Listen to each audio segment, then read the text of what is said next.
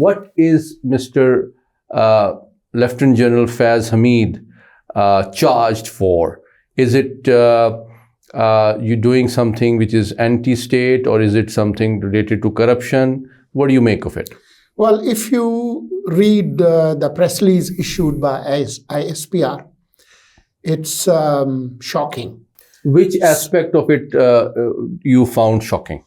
Violation of the oath of secrecy. Are you saying that he used his position and influence for personal and political gains when he was in uniform or after he shed it? Both. He sent messages to other political leaders, including People's Party and PML-N, to appoint him army chief after General Bajwa. He is the one who pushed and gave plans to Mr. Khan to invade Islamabad on May 25, 2022. So what was his role basically? Was he encouraging Khan Saab, persuading him, or facilitating him? All. Verdict today regarding trial of civilians in military court. And how is it likely to impact the future of Imran Khan? It's a bad news for Imran Khan. We have a new administration in Syria. What has happened, why it has happened, and how it would impact the regional politics and the big powers. I think it will transform Middle Eastern geopolitical landscape significantly in the times to come. It has, as you rightly pointed out, immediately deprived Iran of its major regional ally. It has deprived Russia of its most important ally and regional military bases. And it has completely tilted the balance of power in the region in favor of Israel. Correct. A similar circumstances which we witnessed when the Afghan Taliban took over Kabul, in which a non-state actor has taken over through brute force, but that does not mean that it will immediately yield political stability or international diplomatic recognition.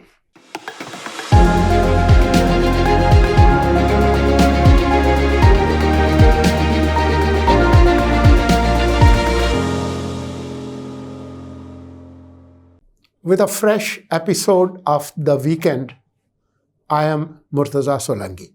And I am Muhammad Ali. Well, this last week has been quite historic, both globally, regionally, and nationally. And here we are.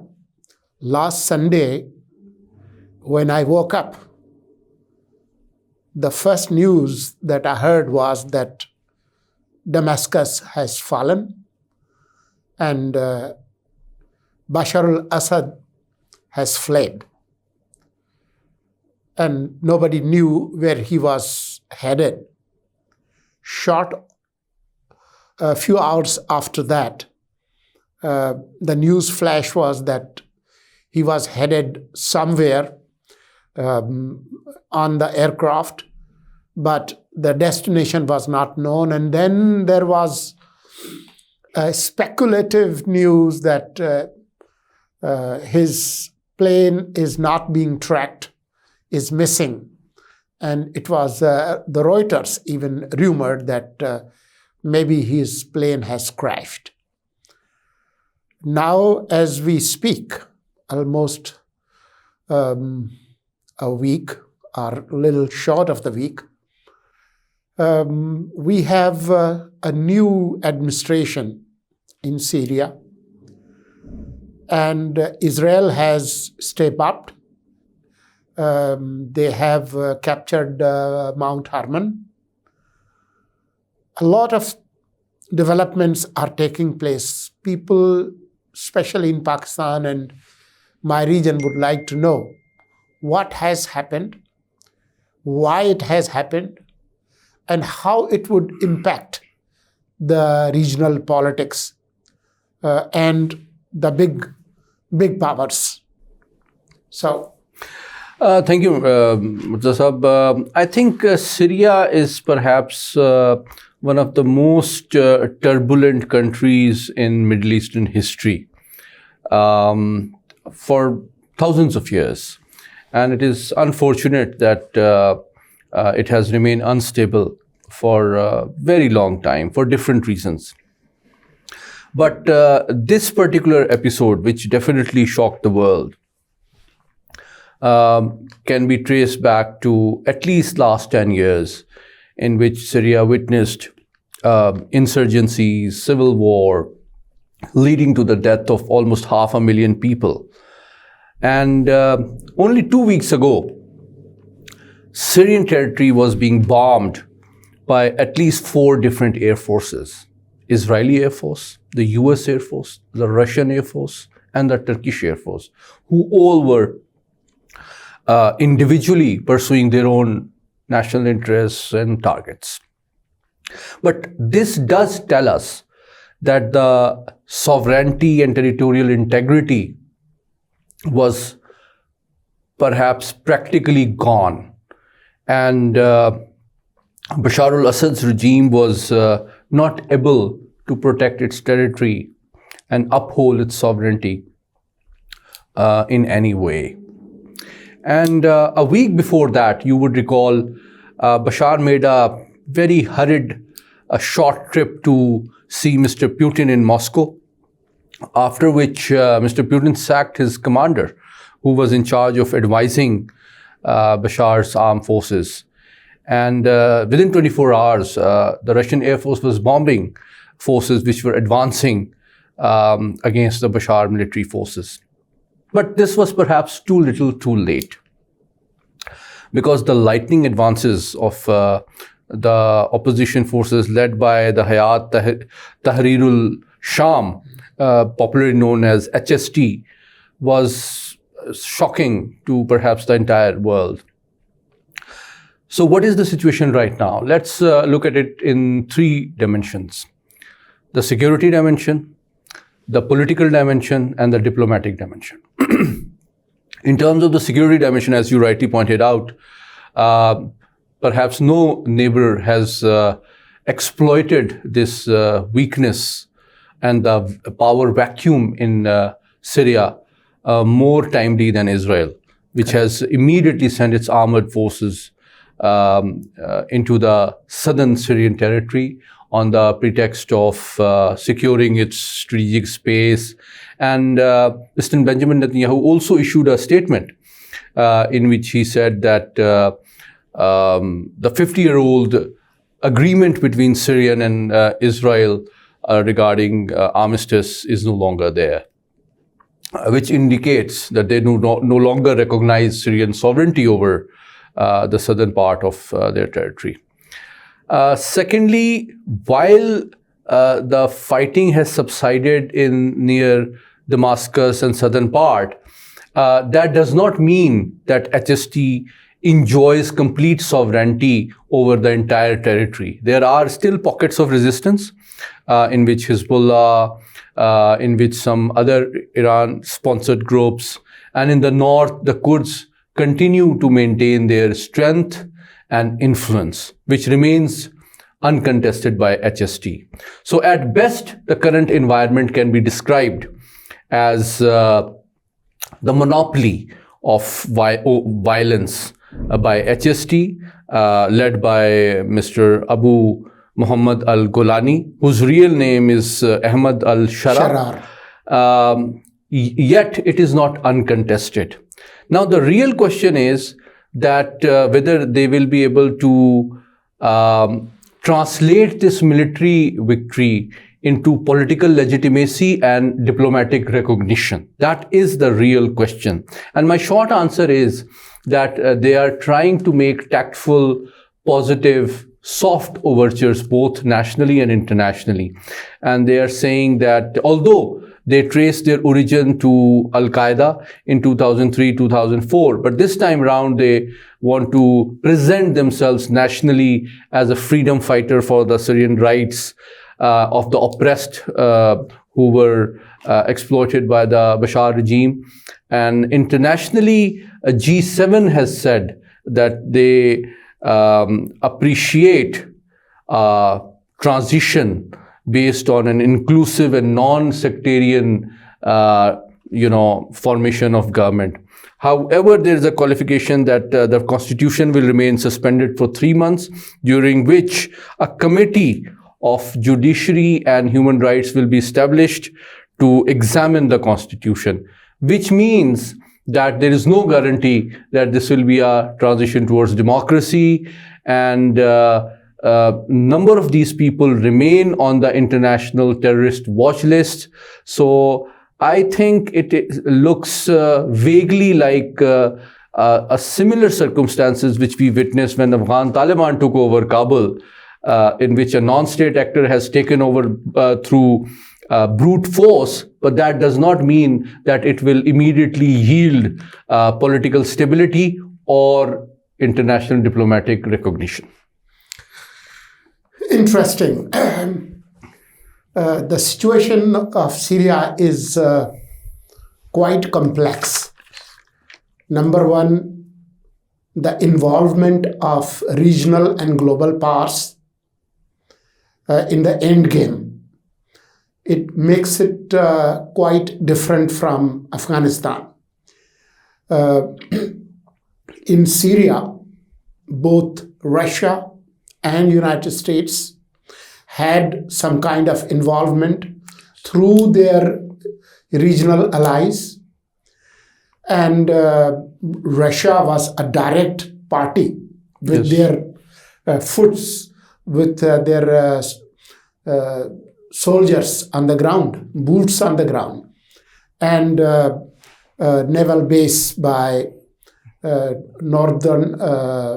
northwest Syria, Latakia. Yes. Then you had a heavy involvement of Iran, Indeed. Who was supporting Bashar al-Assad almost to the end. Then you had a heavy involvement of Turkey for their own interests, and especially keeping a vigilant eye on Kurds. That's their problem, and they have been hosting millions of Syrian refugees. But there is an element of complexity even of the forces who have occupied now Syria. They are not a monolith. You have elements of Al-Qaeda, you have elements of ISIS, Yes. you have different other groups, plus even Mr. Golani or Jolani, however we pronounce his name, he has been associated with these extremist groups like Al-Qaeda, etc. And then he dissociated himself, but the links would still be there. He has actually remained in jail in Iraq, if you remember. In fact, only today, Secretary of State Blinken met President Erdogan, and they both highlighted the need to continue fighting the emergence of Daesh in Syria. So the challenges before the new occupiers of Syria is not liberators. Yes, is the entire country is on the crossroads. If they want, they can create a very diverse, united national government that would incorporate all ethnic and religious communities and go towards a new path of constitution making, create a republic. That's one path. The other choices are just too dangerous. That means, a start of new wave of violence where these communities and the militias would fight. You have cases like Libya. Iraq has gone through this phase, and Afghanistan has faced these militia and warlord factional fights for almost half a century. So it's a very, very alarming situation. But the very fact that it happened in that dramatic fashion, the civil war against Bashar al-Assad started right after 2011. It has, more than a decade. But this instant, success within 10, 12, 2 weeks, I think it has something to do with other changes in the Middle East. The way Israel somehow decimated Gaza and then took care of Lebanon, that hurt Iran the most and their supporters. So on one hand, Russia was supporting Bashar al-Assad, on the other, Iran. And then with the decimation of Hezbollah, even the Lebanese supporters of Syria were gone. So it created that a historic vacuum that was quickly filled by these militias easily, who were trying since 2011 and couldn't make it. But now, those critical changes taking place has happened, what you rightly described. But let me just add 3 points to it briefly before we move to other topics.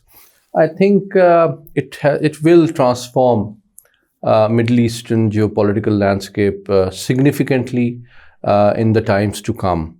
It has, as you rightly pointed out, immediately deprived Iran of its major regional ally. It has deprived Russia of its most important ally and regional military bases. And it has completely tilted the balance of power in the region in favor of Israel. Correct. So with these views, let's talk about another country which is equally in the eye of the storm and is considered another epicenter of global terrorism, which is Afghanistan. It is again in the news, and this time one of the most feared warlord, Khalilur Rahman Haqqani, one of the founders of the infamous Haqqani network, has been assassinated. And he fought the might of the Western powers for 2 decades. And here he is killed in a mosque inside his own ministry. What do you make of this, and what is its significance? Well, the official position is that ISKP, Islamic State of Khorasan province, the local version of Daesh, have taken the responsibility. But before that news items, some sections of Taliban who have more association with the center of Kandahar, not Kabul, they even accused Pakistan. And Pakistan was smart enough and responsible enough to condemn that assassination. Our foreign minister, who is also the deputy prime minister, he issued the condemnation statement. And but when I tried to track Afghan media, especially people who are overseas, the diaspora, some interesting facts came to my attention. Mainly the conflict between Haqqanis and the Kandhari group, including Mullah Haibatullah. The tensions are there. Even as I was checking news, some of the sources suggested that except Haqqani group, the other factions, mainly the Kandhari group, they did not even attend the funeral. Really? Which is very shocking, if true.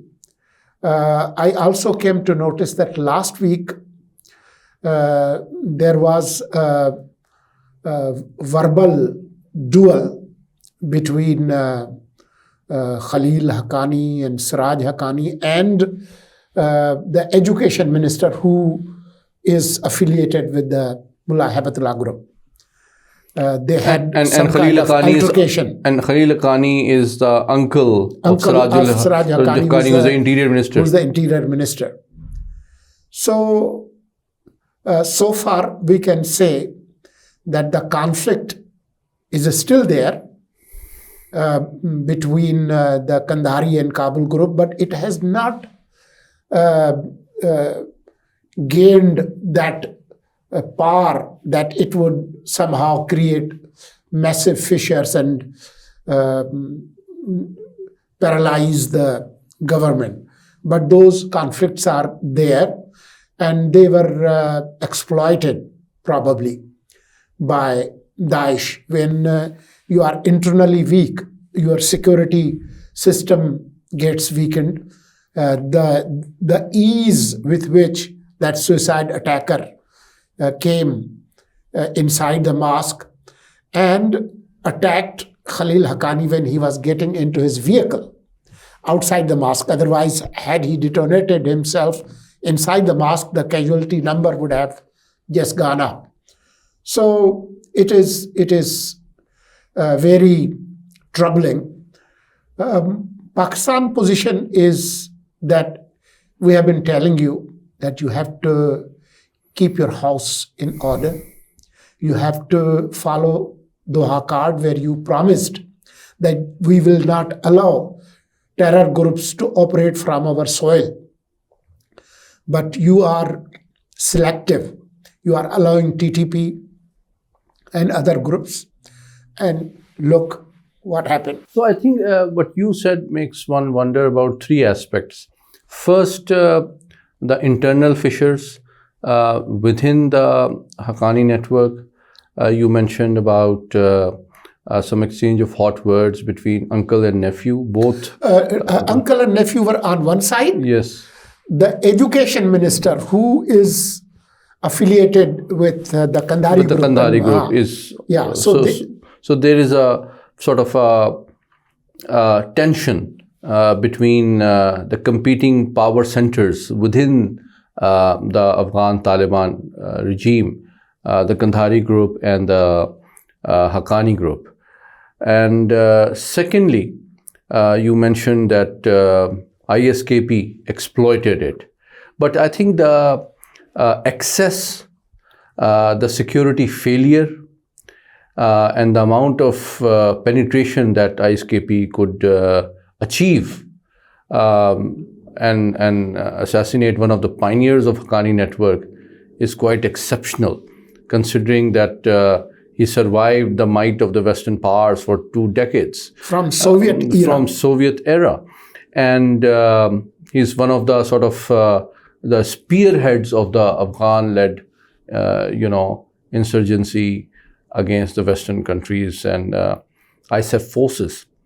But the third aspect worries me more, which is that as the UN report recently warned, that this is the perfect evidence and manifestation of the concern that the UN report expressed, that Daesh and Al-Qaeda have penetrated deep within the ranks and important ministries, including Defense Ministry and Intelligence Department of Taliban, which poses a serious threat to Afghan security and stability. And the attempt to put the blame on neighbors seems unwise and requires an approach in which there has to be a soul searching within the Kabul administration to look for the causes which are, which have led to this unfortunate incident. But we hope that these things are understood and addressed adequately and peacefully. But let's come to the third topic of our discussion, which is your forte. Let's return to Pakistan. Yes, let's return to Pakistan. And as some people say, there is never a dull moment in Islamabad.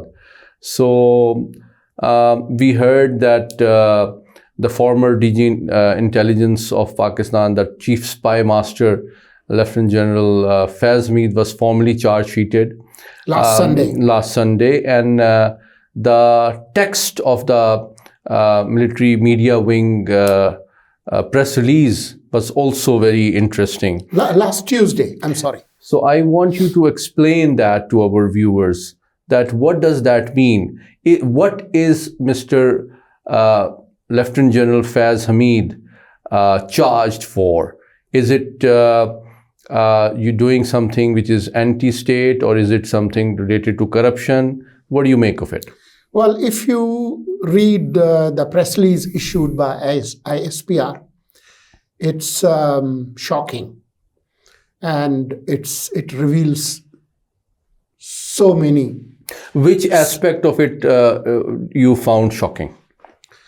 The very fact that it doesn't only mention the wrongdoings during his tenure.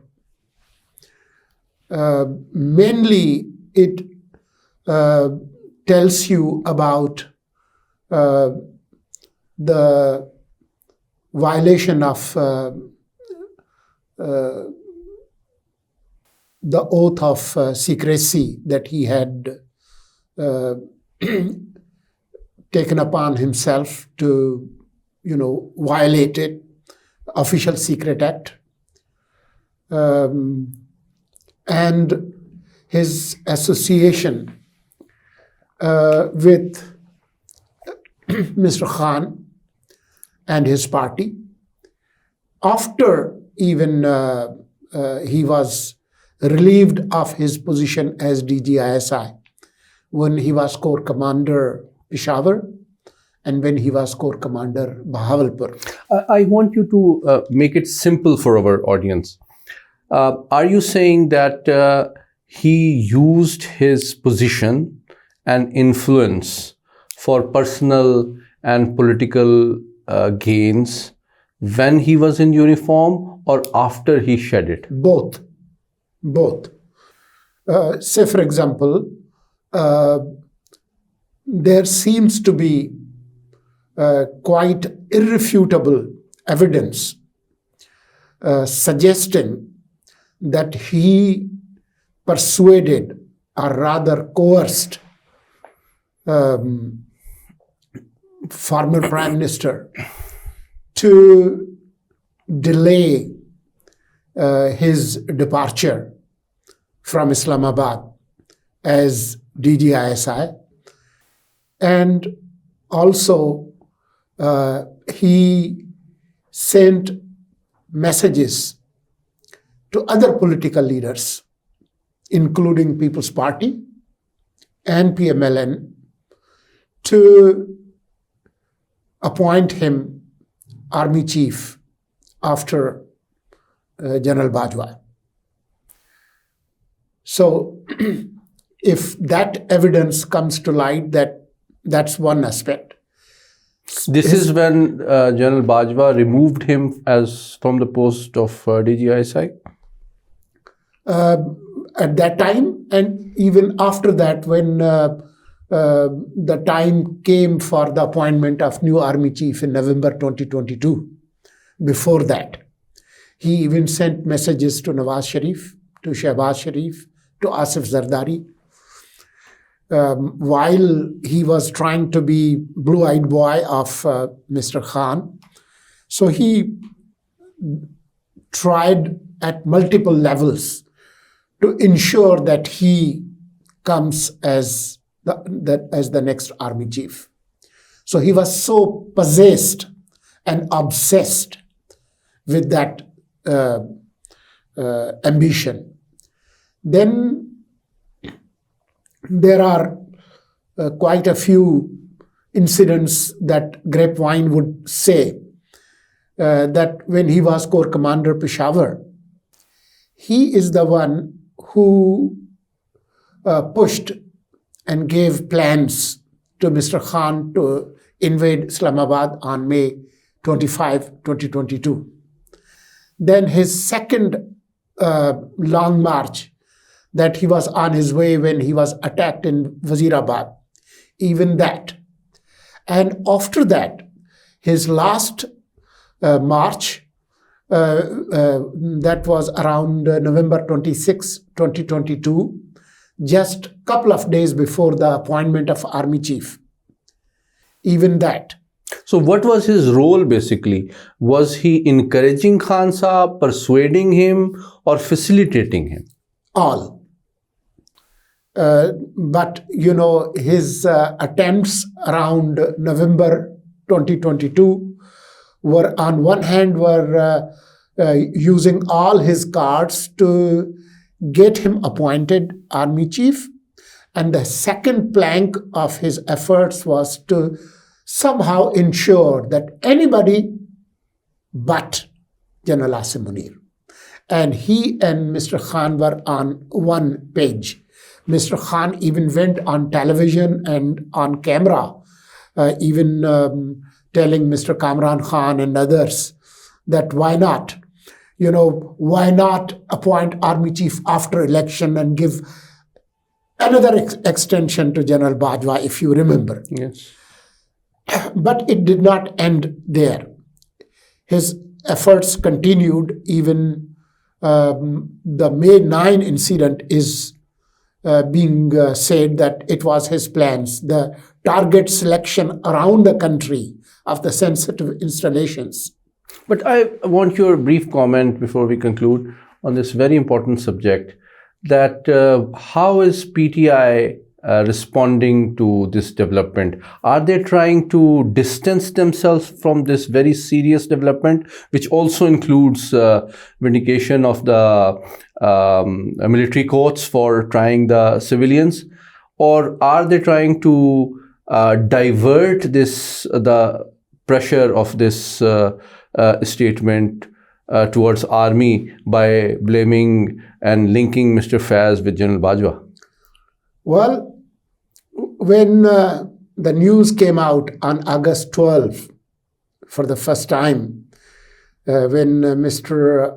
Faiz Hameed was arrested and it was officially announced, Mr. Khan's reaction was, okay, I worked with him when I was Prime Minister in official capacity. It's their problem. They deal with it. Then he had a little bit realization that if this goes to Mr. Faiz Hameed, that he has just abandoned me and says, okay, nothing doing, that might backfire and he might reveal more their association and what they have been planning in tandem. Then he had another statement saying, oh, he was a great asset, but vested.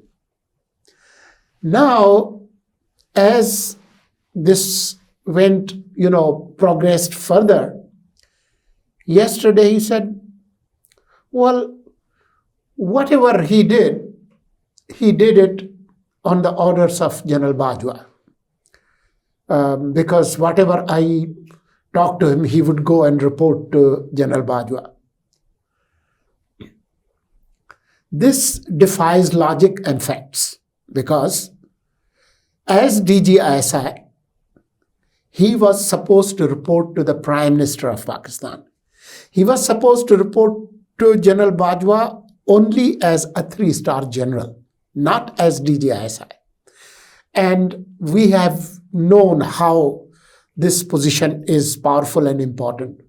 But even that ended in October, end of October, when he was removed as DGISI. And in November, General Bajwa retired. So, and in December, how does this explain his actions after General Bajwa's retirement? If he was doing everything on the directions of General Bajwa, then how come all these actions, including November attack in Pindi, when he announced the dissolution of Punjab Assembly and Khyber Pakhtunkhwa Assembly, and then Wazirabad Long March and May 9. So you couldn't explain these. So my last question on this very important subject is, what do you make of this Supreme Judicial Council's Supreme Court's verdict today regarding trial of civilians in military court, and how is it likely to impact the future of Imran Khan? It's a bad news for Imran Khan, because it seems that Supreme Court has opened the door that there may be special circumstances where some special group of people committing special set of crimes that fall under the purview of Army Act, they are heinous enough to be tried under military court. That opens the door for the military court trial of Mr. Khan and some of his close associates, including people like Murad Saeed. That is a possibility. How long are the winter vacations in the Supreme Court? I think they come back next month, might be a couple of weeks, but the court would resume next month. Interestingly, people who would be convicted and announce the sentences, since Supreme Court has allowed now to go ahead, people that you have tried, the number is 85 to be exact. Those who have to serve a sentence term, they would immediately go to jail and serve whatever the remainder of the sentence is, and they would be deprived of the right to appeal in High Court till Supreme Court gives the final verdict about this case.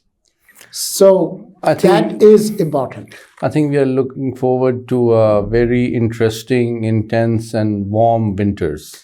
We certainly are, and I think Mr. Khan judged that how things were moving. That's why the man who called all these parliament as a joke and these politicians as puppets agreed to form a committee to talk to them. So that coming down from that high hill was very was a good symptom of addressing what he is going through. So what do you make of the civil disobedience movement? We have seen a civil disobedience movement by Mr. Khan in 2014. It failed despite the fact that the then establishment was supporting him. Now, with everybody on the same page except Mr. Khan, the chances of success are zero or maybe even below zero. Mr. Mirza Solanki, thank you so much for joining us today to discuss some of the most interesting and significant global, regional, and national developments today. Viewers, I am sure you enjoyed today's show. Keep watching this program and don't forget to share your feedback as well. Thank you for joining us.